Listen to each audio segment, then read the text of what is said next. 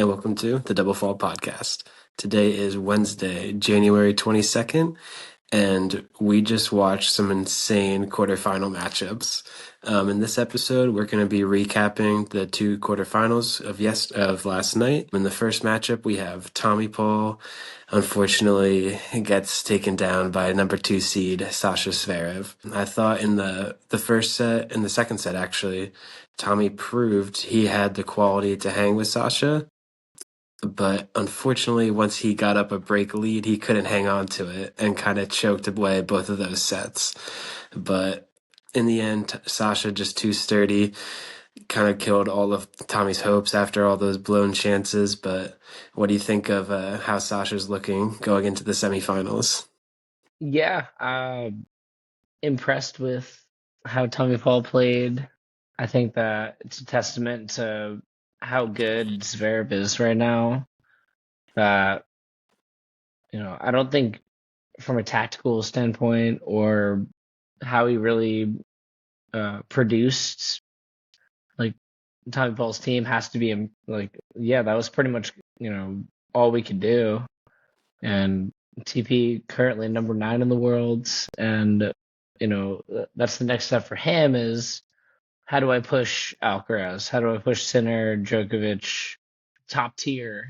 So good problem to have Yeah. for TP. Zverev just showed amidst all the distractions in that match, he was the better player throughout. So one way or another, he won it in 4, right? Yeah. He knows he has a huge test. Oh, yeah. He knew after going into the match, if I win this, my reward is either playing Alcaraz or playing Djokovic. Pick your poison. A lot of times it's like, oh, if Demon beats Sinner, then I get to play Demon instead of Sinner, something like that. But no, no such odds for Zverev there, Yeah. Yeah, I thought Sascha was very impressive. I thought we talked about one of the edge he had going in was the free points he was going to get on serve, and I don't know if it's like the ball quality or what's happening, but the serves aren't as effective for him this time around. So a lot of the points, I think that also had something to do. The TP too, being one of the fastest players, best returners. Yeah, he was able to nullify a lot of those. Yeah, Zverev, fantastic. yeah, I think serves. it was also. Yeah, it was like Zverev not serving as lethally, and then Tommy also incredible on return. And I think why we also liked Sascha coming into this was Sascha was able to match Tommy's strength, which is the rally tolerance. And I mean, Tommy, his backhand was so solid. I don't know if he ever missed a backhand. The backhand to backhand were insane exchanges, and I think surprisingly the forehand to forehand was where Zverev was winning. Yeah, I think early on. The exchanges. Only like the third set was when Tommy was unloading, was when he had the edge there. But at least in the first 2 sets, especially in the first 2-set breaker, that's where Sascha did, like you said. And I didn't expect him to have a forehand edge. I thought it was going to be reverse. But honestly, I think Tommy, he also just hasn't had that impressive win, the top 5 player win. I don't know if he knows how to win those match in the biggest stages against the biggest players.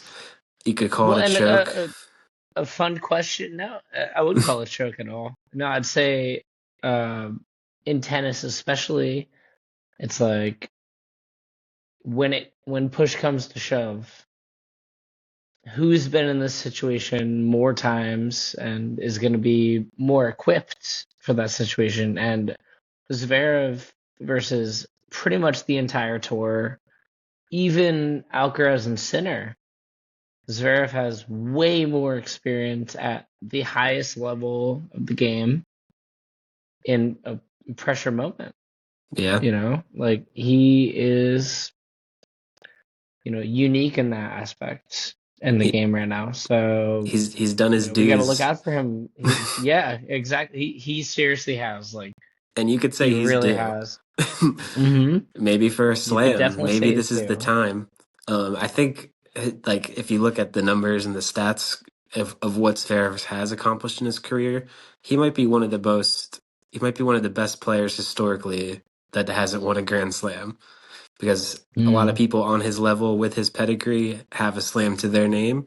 Sasha, I think it's sooner rather than later. If you told me he goes his entire career without winning a Grand Slam, I I'd be think shocked. I would be shocked. I think it's more likely he gets one eventually because he's right there. And Carlos has had his advantages in that matchup before, even though Sasha did beat Carlos. But now he's looking at Novak in the semis, and I mean, I don't want to play Novak right now.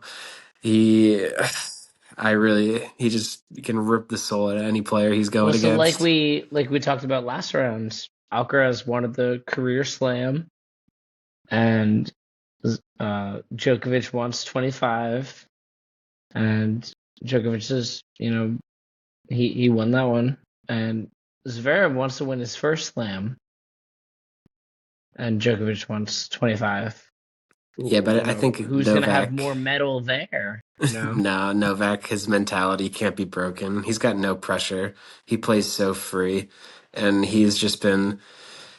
I don't. I don't know. He just his. The free points though, it's like reverse, but right now, but Yeah, like from what we would normally say, but like seriously, Zverev is such a tough out, and okay, yeah, is Djokovic the best returner of all time? Yes, obviously, but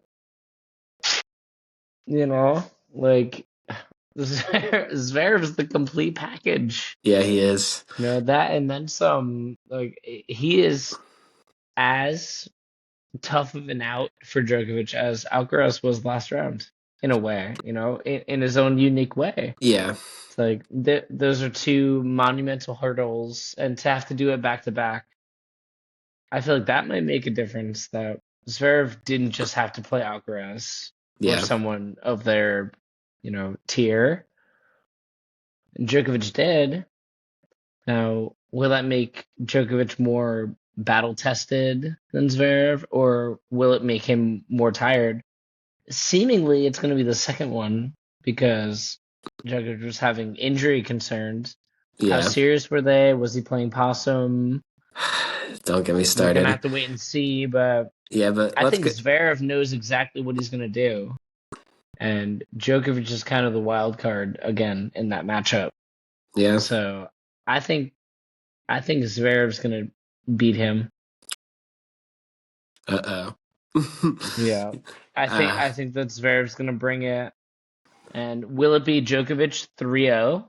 Possibly, but I just see that Djokovic is not going to be 100% because what happened last year, later in the slams, his body broke down, and Zverev has no sign of that happening. And I want Djokovic to prove me wrong, prove the I world don't. wrong. Like, well, I'm just saying, I would. That's why I'm not betting on that happening. I think that his body is going to break down. And Zverev's going to beat him in 4 sets or something. Y- So I'm going Sasha. And if Djokovic proves me wrong, cementing his legendary status, great, even further, as if he had to. But yeah. I think Zverev wins this match, and then let's assume Sinner takes out Demon and beats the winner of Shelton Sonego. Zverev Sinner match hasn't really happened at the Grand Slam level. Yeah. So that would kind of be the first of its kind. 1 and 2 in the world, I would sign up for that. duking it out I in think the any finals. any combination of Djokovic, Zverev, Sinner playing in a final is going to be box office. And And Alcaraz. let's yeah, well Alcaraz is unfortunately now out. And let's backtrack Yeah. a little bit back to that match.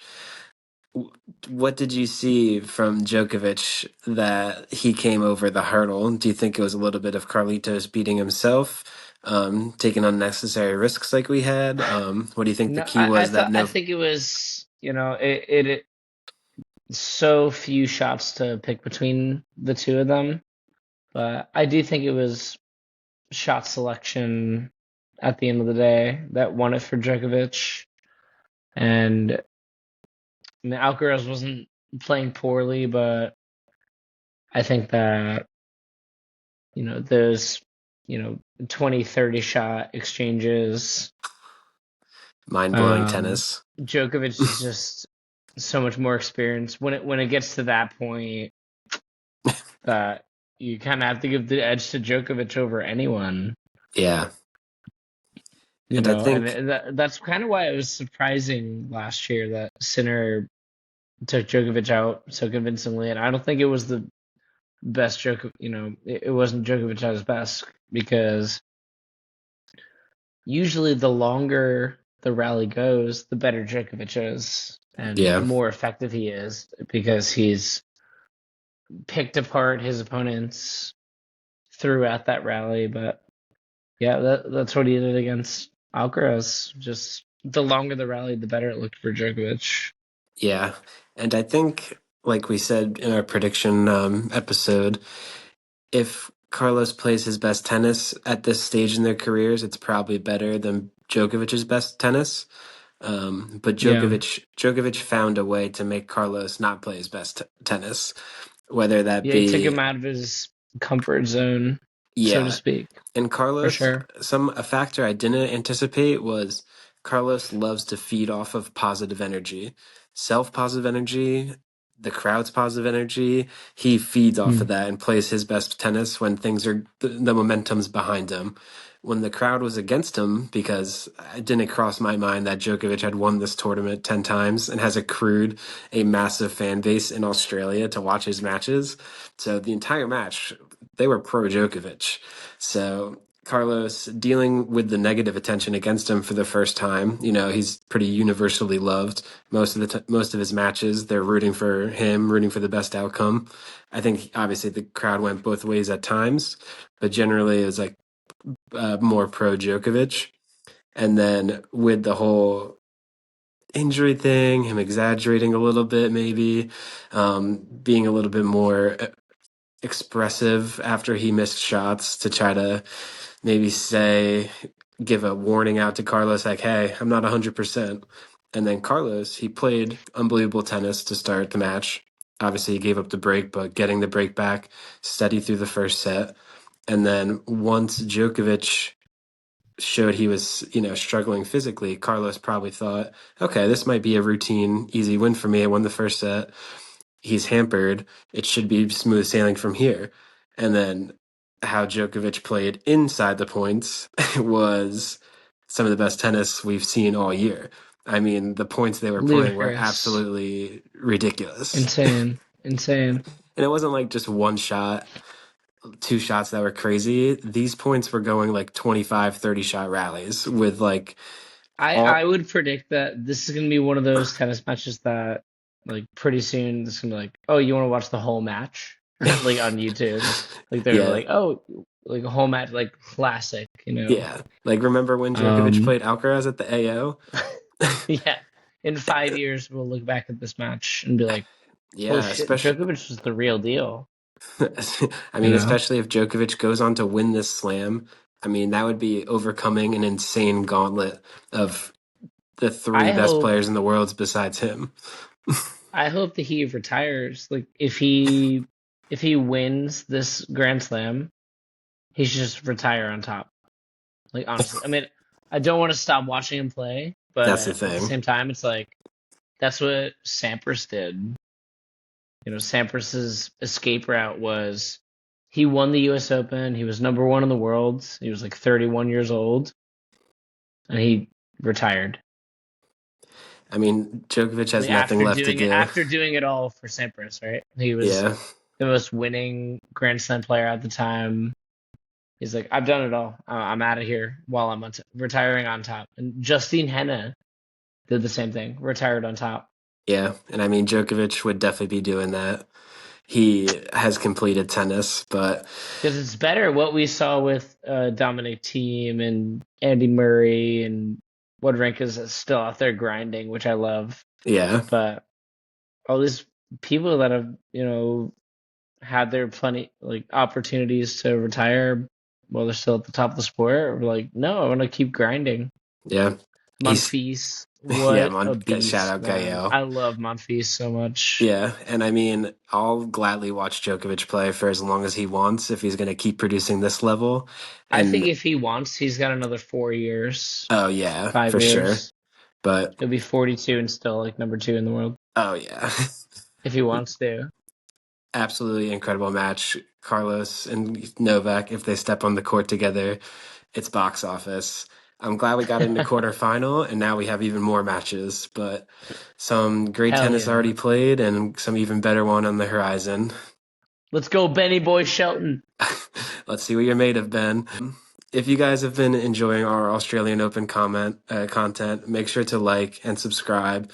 Young podcast, just getting going. It would be incredible if you guys showed your support if you enjoy us and want to help us grow even bigger.